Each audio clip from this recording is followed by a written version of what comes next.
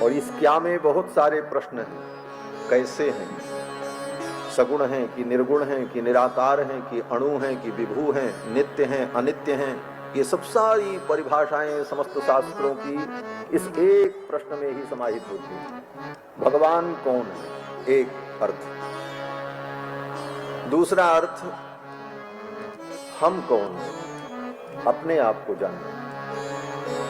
आप कहोगे हम अमुक हैं, हम राम प्रसाद हैं, हम गोविंद प्रसाद हैं। बोले ये राम प्रसाद गोविंद प्रसाद तो तुम्हारा नाम है। बोले हम राम प्रसाद हैं। बोले जहां तुम कह करके हाथ रख करके कह रहे हो ये तुम्हारा शरीर है, तुम नहीं हो। अरे अंकल, आपको ये एड्रेस पता है क्या? Oh no! अरे बदतमीज, तूने क्या किया? हम कौन हैं, इस पर वेदों में विचार किया गया। अहमर्थ क्या है? संस्कृत में जिसको अहम कहा जाता है, हिंदी में उसी को कहते हैं हम। केवल अ हट गया है बस। अहम संस्कृत में और हिंदी में हम। तो ये अहम जो है वो अहंकार वाला अहम नहीं। अहम माने मैं, हम जो भी कह लें।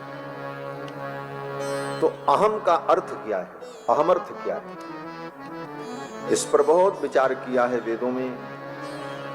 हमारे तो परदादा गुरु ने अहमर्थ विवेक नाम का एक ग्रंथ ही लिखा है।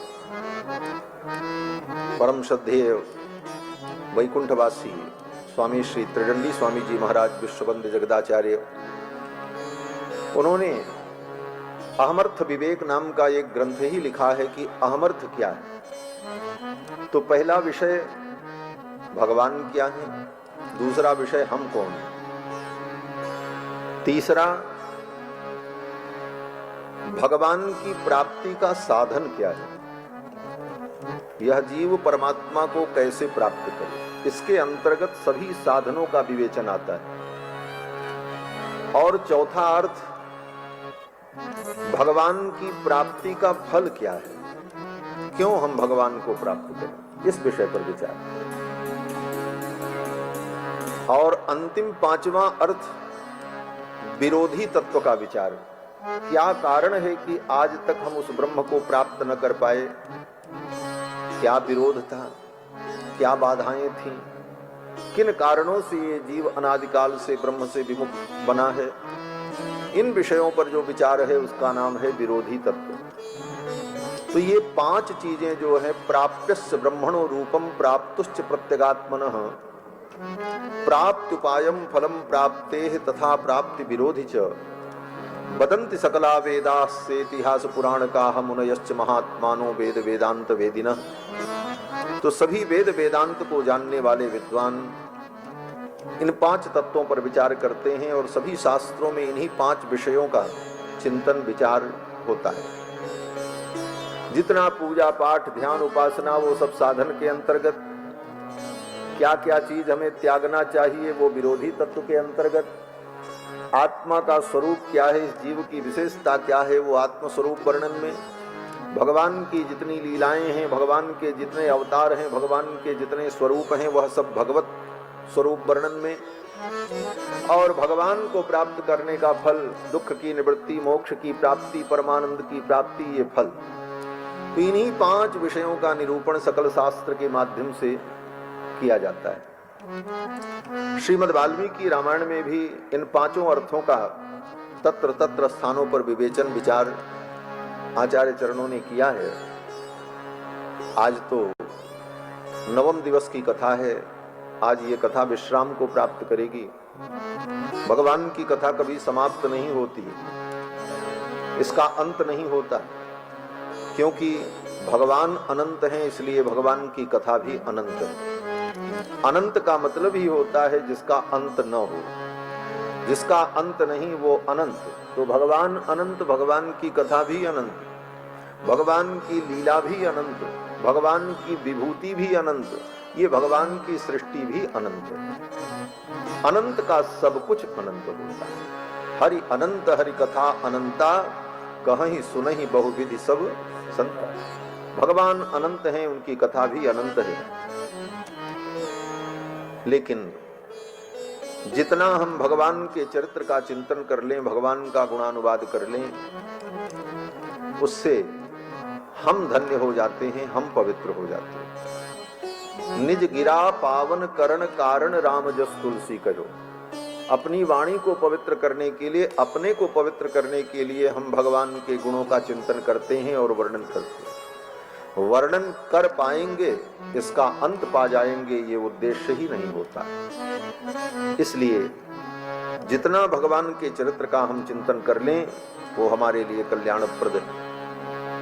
और भगवान की कथा कभी अपूर्ण नहीं होती, क्योंकि भगवान सदा परिपूर्ण है। पूर्णमदः पूर्णमिदं पूर्णात् पूर्णमुदच्यते पूर्णस्य पूर्णमादाय पूर्णमेवावशिष्यते। इस कारण से भगवान की कथा भी सदा परिपूर्ण रहती है।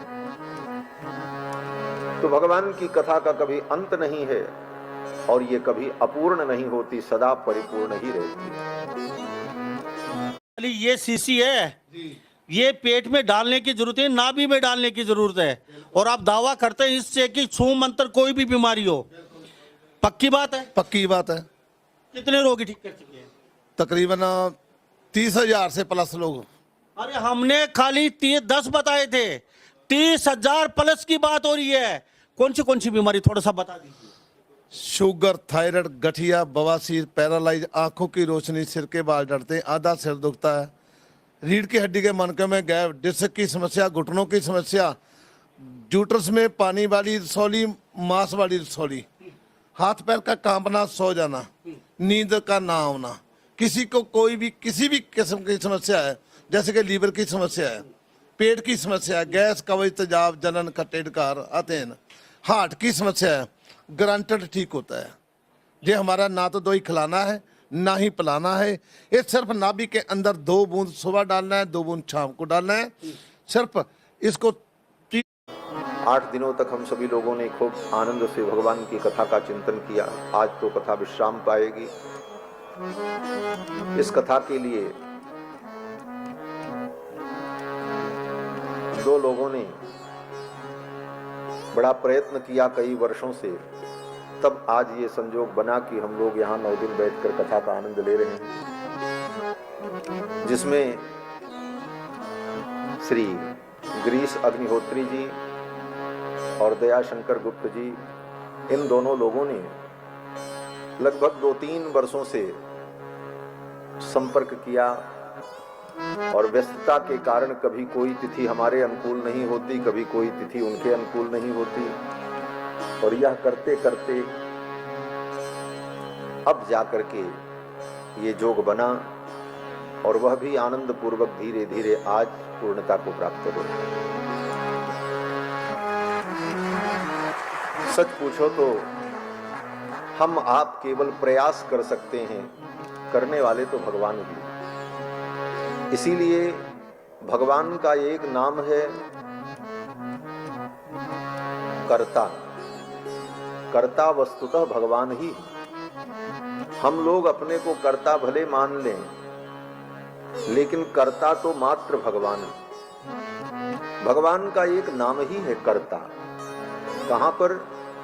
विष्णु सहस्त्र नाम में भगवान के 1000 नाम का उच्चारण भीष्म पितामह ने किया है। तो विष्णु सहस्त्र नाम में पितामह कहते हैं कि करणम कारणम कर्ता विकर्ता गहनो गुहः। करणम, भगवान ही करण है, भगवान ही कारण है और भगवान ही कर्ता है। करणम कारणम कर्ता विकर्ता गहनो गुहः। व्यवसायो व्यवस्थान स्थानदो ध्रुवः। परर्धि परमस्पष्टः तुष्टः पुष्टः शुभेक्षणः। विरामो विरामो विरजो मार्गो नेयो नयो नयः। ये सब भगवान के नाम हैं। तो उन नामों में भगवान का एक नाम यह भी है कर्ता, क्योंकि करने वाले भगवान हैं। कर्ता कहते किसको हैं? यहां विज्ञ श्रोता बैठे हैं। कर्ता एक कारक जब पढ़ते हैं तो उस समय जब कारक पढ़ाया जाता है तो कहा जाता है कर्ता, कर्म, करण, संप्रदान, अपादान, षष्ठी, अधिकरण, संबोधन, ये कारक पढ़ाए जाते हैं। इस कारक में सबसे पहला कारक कौन है? बोले कर्ता। और कर्ता ही प्रधान होता है। तो कर्ता का लक्षण क्या है? महर्षि पाणिनि अपने व्याकरण शास्त्र में कहते हैं स्वतंत्र कर्ता। कर्ता का लक्षण बताया पाणिनि महर्षि ने, स्वतंत्र, जो स्वतंत्र हो वो कर्ता होता है। अब विचार करो, हम आप स्वतंत्र हैं?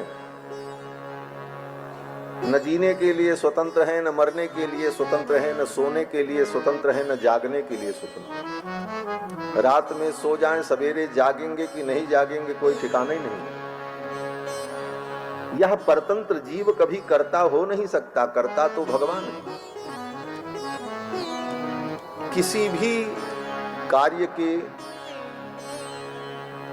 कर्तृत्व में हमारा स्वातंत्र नहीं है, हम स्वतंत्र नहीं, पराधीन है। एक घर भी बनाना हो तो आप स्वतंत्र नहीं है, पराधीन है। भगवान की बनाई हुई जमीन आपको लेनी पड़ेगी। जमीन आपके बाप ने नहीं बनाई।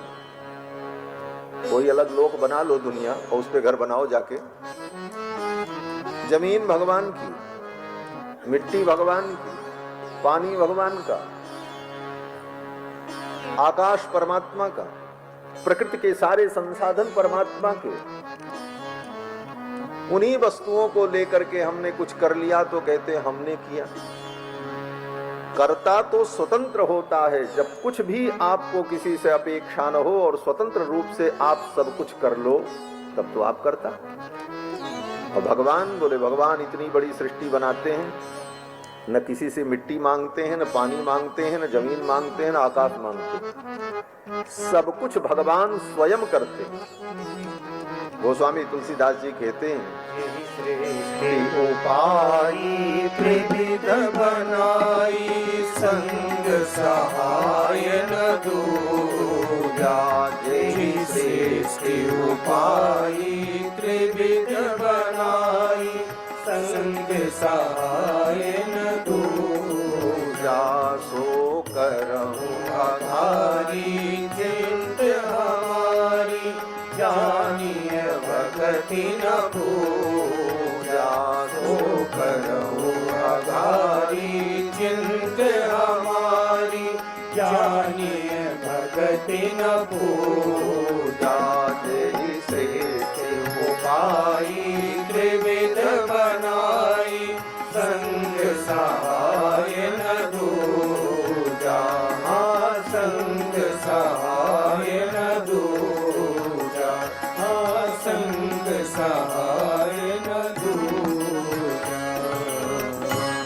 ये संपूर्ण सृष्टि भगवान ने बनाई लेकिन किसी की सहायता नहीं ली। ये सृष्टि उपाई त्रिविध बनाई, संग सहाय न दूजा।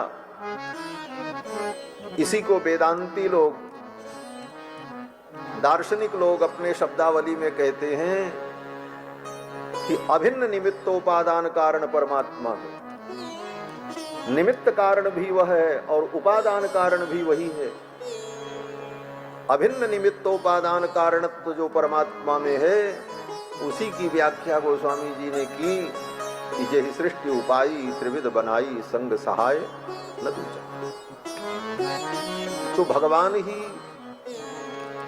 करता है क्योंकि वे परम स्वतंत्र हैं। परम स्वतंत्र न सिर पर कोई। तो भगवान के ही कारण, उन्हीं के संकल्प से यह सब कुछ आज पूर्णता को प्राप्त हो रहा है। निमित्त हम आप सभी बन जाते हैं और कोई न कोई तो निमित्त बनता ही है। तो ये दो महानुभाव गिरीश अग्निहोत्री जी और दया शंकर जी, इन दोनों लोगों ने निमित्त बनकर के इस कार्य का संपादन किया। हम सभी लोग कल के प्रसंग में भगवान श्री रघुनंदन की वन यात्रा के प्रसंग पर विचार कर रहे थे। लक्ष्मण जी की कल शरणागति हुई। लक्ष्मण जी ने भगवान के चरणों का आश्रय लिया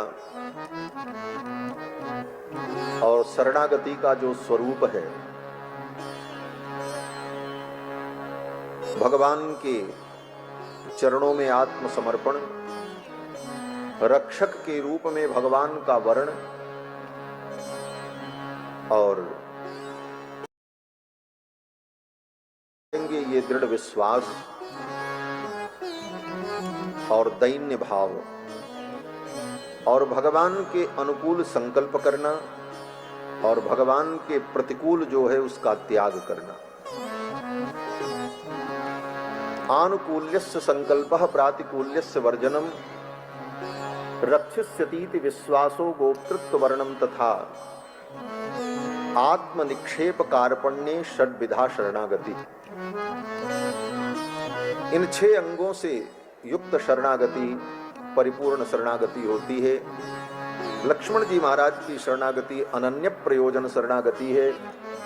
भगवान के कैंकर्य को छोड़कर, भगवान की सेवा को छोड़कर और दूसरा कोई प्रयोजन नहीं है इनकी शरणागति का। लक्ष्मण जी की शरणागति को भगवान ने स्वीकार किया और अनुमति दे दी। चलो, लक्ष्मण जी को भी जब अनुमति मिल गई तो लक्ष्मण जी बड़े प्रसन्न हुए। फिर तो भगवान श्री राम ने अपने आचार्य पुत्र सुयज्ञ को बुलाकर अपनी बहुमूल्य वस्तुओं का दान किया। भगवान श्री राम जब वन की यात्रा पर चलने लगे तो राम जी ने श्री जानकी जी से और लक्ष्मण से भी कहा कि अपनी जो उपयोग की वस्तुएं हैं, बहुमूल्य वस्तुएं हैं, उन वस्तुओं को ब्राह्मणों को दान करके तब यहां से हम लोग चले। वसिष्ठ पुत्रम तु सुयज्ञमार्यम त्वमानयासु प्रवरम द्विजानाम अपि प्रयास्यामि वनम समस्तान अभ्यर्च शिष्टान अपरान द्विजातीन। आचार्य पुत्र सुयज्ञ, ये वशिष्ठ जी के पुत्र हैं, इनका नाम सुयज्ञ है और ये राम जी के सखा भी हैं और बड़े विद्वान हैं। भगवान श्री राम ने सुयज्ञ जी को बुलाकर 10,000 स्वर्ण मुद्रा के साथ अपना प्रिय गजराज शत्रुंजय नाम का जो हाथी राम जी का, मामा जी ने जो हाथी उपहार में दिया था राम जी को, कौशल नरेश ने, उस हाथी को और 10,000 स्वर्ण मुद्रा साथ में रखकर अपने आचार्य पुत्र सुयज्ञ को दान कर दिया। और भी जितनी वस्तुएं थी राम जी ने दान कर दी, लक्ष्मण ने दान की, जानकी जी ने भी वस्तुओं का दान कर दिया। ये दान का कार्यक्रम चल रहा था तब तक एक दुबले पतले ब्राह्मण आए महाराज। ये ब्राह्मण रामायण के सुदामा जी हैं, समझ लो। जैसे भागवत में सुदामा जी का चरित्र है कि सुदामा जैसे दीन ब्राह्मण पर, गरीब ब्राह्मण पर भगवान ने कृपा की, उसी तरह एक ब्राह्मण थे जिनका नाम था त्रिजट। उनकी 3 जटाएं थी, त्रिजट। गर्ग गोत्र में उत्पन्न थे त्रिजटो गार्ग्य, बड़े तपस्वी थे। सदा वेद शास्त्र के अध्ययन में ही, अध्यापन में ही लगे रहते थे, क्योंकि ब्राह्मण का यही सबसे बड़ा धर्म है। ब्राह्मण का धर्म क्या है? महर्षि पतंजलि कहते हैं, ब्राह्मणेन निष्कारणो षडंगो वेदो ध्येयो गेयश्च। महाभाष्य में कि ब्राह्मण का धर्म है कि वो निष्कारण षडंग वेद का अध्ययन करे और उसी में अपनी संपूर्ण शक्ति और ऊर्जा को लगाएं। वेद पढ़ने से ब्राह्मण को रोटी मिलेगी कि नहीं मिलेगी ये सोचने की जरूरत नहीं। हम वेद पढ़ करके जीवन यापन कर पाएंगे कि नहीं ये भी सोचने की आवश्यकता नहीं। महर्षि कहते हैं निष्कारणेन, ब्राह्मण का जन्म ही इस धरती पर वेद की रक्षा के लिए होता है। और जो ब्राह्मण इस सिद्धांत को नहीं समझा उसका ब्राह्मण होना व्यर्थ है। ब्राह्मण के रूप में परमात्मा जीव को इसीलिए भेजता है कि तुम्हारा एक काम है वेद की रक्षा। वेदों का अध्ययन करके, वेदों के पठन पाठन में अपने समय को व्यतीत करके वेद की रक्षा करना, यही ब्राह्मण का परम धर्म है और यही सबसे बड़ी तपस्या है। वेदाभ्यासो ही विप्रस्य तपः परम मिहोच्यते। महर्षि याज्ञवल्क्य कहते हैं कि वेदाभ्यास ही ब्राह्मण का परम तप है।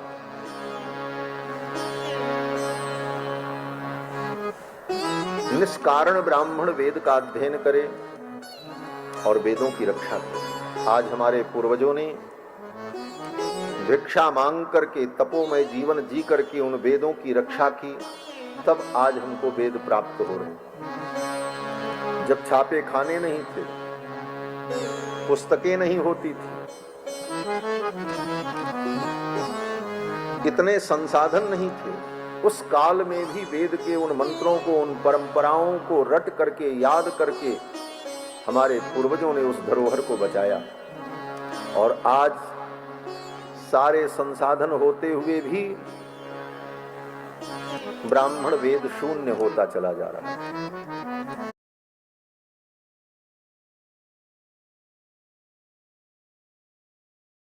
यह है जिलेट का लेटेस्ट रेजर, सुपर शार्प और पोर्टेबल। इसमें जर्मन डायमंड ब्लेड मटेरियल और फ्लेक्सिबल शेविंग नेट है जो स्किन पर परफेक्टली फिट होती है बिना कट्स दिए। इसकी पावरफुल वेद ही धर्म का मूल है और वेदों की रक्षा ब्राह्मण के द्वारा ही होगी और तभी धर्म की रक्षा होगी। इस सूत्र को महर्षि जी ने अपने जीवन में बहुत अच्छे से अनुभव किया। इसीलिए महर्षि जी ने अपने जीवन की संपूर्ण ऊर्जा वेदों की रक्षा के लिए लगाई। बड़े बड़े वेद विद्यालय की स्थापना की। ब्राह्मण बालक वेद पढ़ें और पढ़ करके वेद की रक्षा करें, वेद की परंपरा सुरक्षित हो, इसी के लिए उन्होंने सतत प्रयास किए। जगह जगह पर महर्षि वेद विद्यालय की स्थापना की, क्योंकि वेद ही हमारा मूल है। वेद से ही धर्म का प्रादुर्भाव होता है। वेदात धर्मो ही निर्वभव। आज ब्राह्मण वेद से दूर होता चला जा रहा है। कहने के लिए हम चतुर्वेदी हैं। पूछो क्या हो, बोले चतुर्वेदी। 4 वेद का एक एक मंत्र भी नहीं याद है, नाम चतुर्वेदी। त्रिवेदी, द्विवेदी, कौन सा वेद है, कौन सी शाखा है, यह भी नहीं पता व्यक्ति। अब तो स्थिति यह है कि अपने गोत्र का भी लोगों को ज्ञान नहीं। क्या धर्म करेंगे? मुझे इस बात का खेद होता है कि आप दुनिया में देखो तो जितने धर्म प्रचारक सनातन धर्म में हैं, उतने धर्म प्रचारक दुनिया के किसी मत पंथ में नहीं। न मुसलमानों में उतने मौलवी होंगे, न ईसाई के यहाँ उतने पादरी होंगे, जितने धर्माचार्य, स्वामी, महंत, महामंडलेश्वर, पंडित, आचार्य सनातन धर्म में। लेकिन इसके बाद भी सनातन धर्म की यह अवनति क्यों? यह विचार नहीं है। और इस विषय पर विचार करना चाहिए समाज को, राष्ट्र को, और हम सनातन धर्मावलंबी हैं। जब तक हमारे धर्म ग्रंथ नहीं बचेंगे, जब तक हमारे धर्म ग्रंथों का पठन पाठन लोगों में प्रचलित नहीं होगा, तब तक धर्म के वास्तविक स्वरूप को हम नहीं जान पाएंगे। तो वेद ही हमारा परम आधार है। ये त्रिजट नाम के जो ब्राह्मण बड़े वेदज्ञ विद्वान थे और जंगल में दिन भर घूमते थे, जो कुछ मिल जाए कंदमूल वही ला करके अपने बच्चों को खिला देते थे, अपने खा लेते थे, उसी से निर्वाह करते। क्योंकि ब्राह्मण के लिए सभी वृत्तियां निषेध की गई। ब्राह्मण खेती नहीं कर सकता, जो ब्राह्मण खेती करे वो पतित माना जाता है, शास्त्र पढ़ लो। ब्राह्मण नौकरी नहीं कर सकता, ब्राह्मण को नौकरी भी नहीं करनी। यहां तक कि ब्राह्मण शिक्षा दे तो उस शिक्षा के बदले में वेतन अगर लेता है तो वह ब्राह्मण व्रतकाध्यापक है, उसका प्रायश्चित करना पड़ता है, उसे वेतन लेकर के पढ़ाना भी नहीं चाहिए। बिना वेतन के ही वो पढ़ावे, विद्या दान करे, ये ब्राह्मण का। हमारे पूज्य गुरुदेव भगवान को विश्वविद्यालय में कुलपति का पद प्राप्त हो रहा था। गुरुजी ने कहा, धन लेकर के विद्या को पढ़ाना, विद्या को बेचना, ये सनातन धर्म नहीं है। आज भी संस्कृत के विद्वानों के घर लोग जाकर के पढ़ लेते हैं बच्चे, वो कोई फीस नहीं लेते। आज भी निःशुल्क शिक्षा है संस्कृत जगत में। विद्यालय की बात मैं नहीं करता,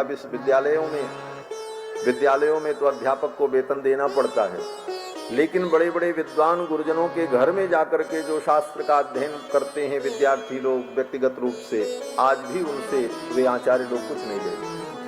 यही परंपरा है। तो ब्राह्मण विद्या पढ़ा करके धन नहीं ले सकता, खेती कर नहीं सकता, नौकरी नहीं कर सकता, व्यापार भी नहीं कर सकता। और यहां तक निषेध किया गया है कि ब्राह्मण मजबूरी में दान ले, अन्यथा उसे दान भी नहीं लेना चाहिए। अगर कोई स्थिति नहीं है तब वो दान ले ले, लेकिन उसकी भी एक सीमा हो। और वो ब्राह्मण किस वृत्ति से रहे, तो उसके लिए एक शास्त्र है अलग से, जिसका नाम है उंच शास्त्र। शुक्ल यजुर्वेद के 18 परिशिष्ट में उंच शास्त्र नाम का एक शास्त्र है, जिसमें ब्राह्मण की वृत्ति का निर्धारण किया है। क्या करे, बोले खेत में जब किसान खेती करके चला जाए, फसल काट करके चला जाए, तो बाद में वो ब्राह्मण जाए और खेत में जो अन्न के कण गिरे हों उनको बीन करके ले आए, उससे काम चला। दूसरा,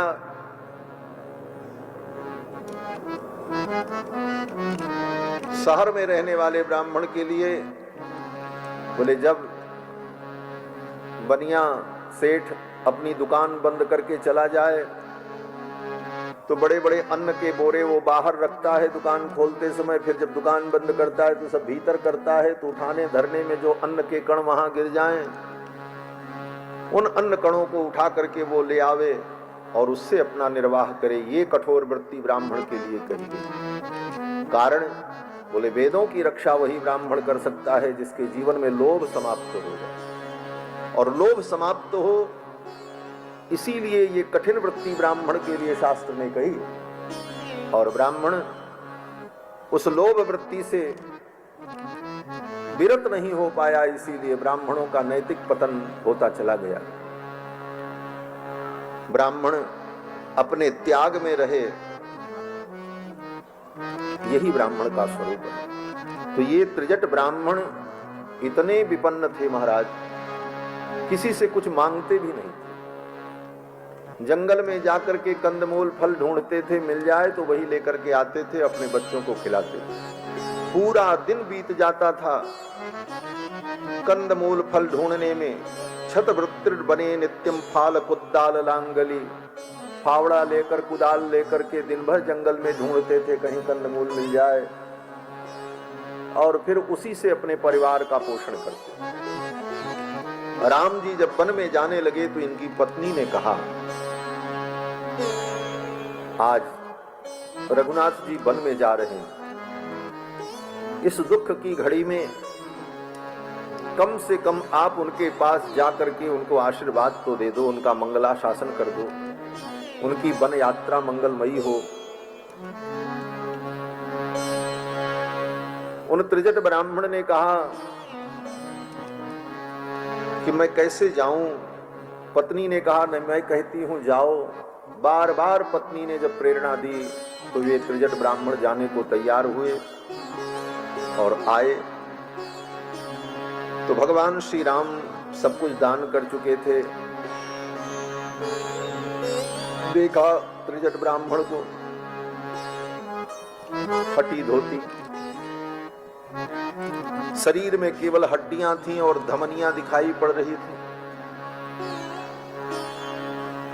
भगवान श्री राम ने कहा मैं आपको क्या दूं, मैं आपको क्या दान करूं। त्रिजट ब्राह्मण ने कहा महाराज आप सब कुछ दान कर चुके हैं और अब तो राज्य छोड़ करके आप जा रहे हैं, मैं आपसे क्या मांगूं। ऐसी स्थिति में आपसे मांगने का कोई औचित्य भी नहीं।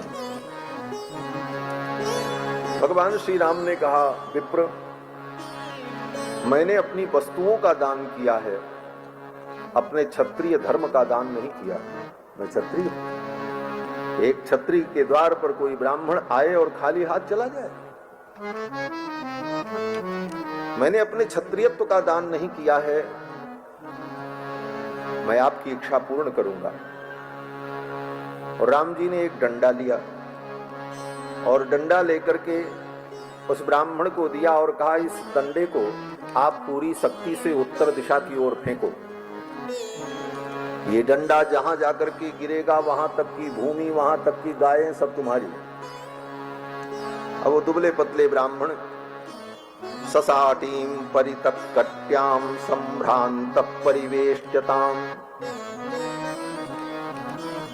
अपनी धोती के एक हिस्से को, उत्तरीय को कमर में कस करके बांधा उस ब्राह्मण ने और संभ्रांत परिवेष्टताम आविध्य दंडम चिक्षेपो सर्व प्राणेन वेगता, पूरी शक्ति लगा करके उस डंडे को उस ब्राह्मण ने उत्तर दिशा में फेंका। वो डंडा सरजू जी के उस पार जाकर के गिरा। महर्षि वाल्मीकि कहते हैं सतीर्त्वा सरयू पारम दंडस्तस्य कराच्युता, वह दंड सरजू जी के पार जाकर के गिरा। और सरयू के पार जब जाकर के गिरा, भगवान श्री राम ने कहा वहां तक की भूमि और वहां तक की जितनी गायें हैं वो सब तुम्हारी, और वहीं तुम्हारे पुत्र पौत्र आदि बसेंगे, वो सब भूमि तुम्हारी। तो सरयू पार में उस ब्राह्मण को बसाया, वहीं से सरयू पारीण ब्राह्मणों का वंश प्रारंभ हो। श्रीमद् वाल्मीकि रामायण में इसका प्रसंग है। और ये जो त्रिजट थे ये गर्ग गोत्र के थे, त्रिजटो गार्ग्य, इसीलिए सरयू पारीण ब्राह्मणों में आज भी गर्ग गोत्र के ब्राह्मण सर्वोत्तम माने जाते हैं, जिनके जीवन में त्याग और तप रहा। और भगवान श्री राम ने उनको बसाया। और जब त्रिजट ब्राह्मण की ये कथा मैं कहता हूं तो मुझे अपने गुरुदेव भगवान की याद आती है, जिन पूज्य श्री ब्रह्मचारी जी महाराज की चर्चा मैंने कथा में एक दिन की थी। पूज्य गुरुदेव भगवान भी गर्ग गोत्र कुलोत्पन्न परम वीतराग परम तपस्वी, जिन लोगों ने देखा होगा, बहुत से इसमें ऐसे लोग हैं जिन लोगों ने देखा भी होगा, जो हमसे जुड़े हैं, वो कभी अयोध्या आए होंगे तो दर्शन जरूर किए होंगे। अब तो गुरु जी का परम पद हो गया।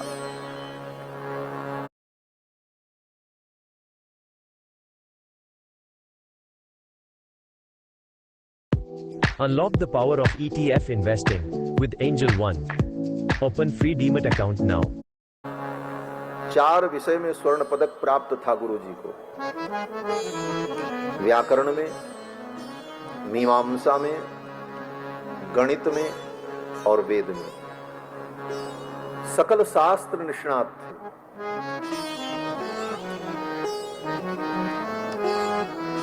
और तपस्यामय जीवन था। जीवन में कभी किसी के यहाँ कोई यज्ञ अनुष्ठान कराने नहीं गए धन के लिए, न नौकरी की।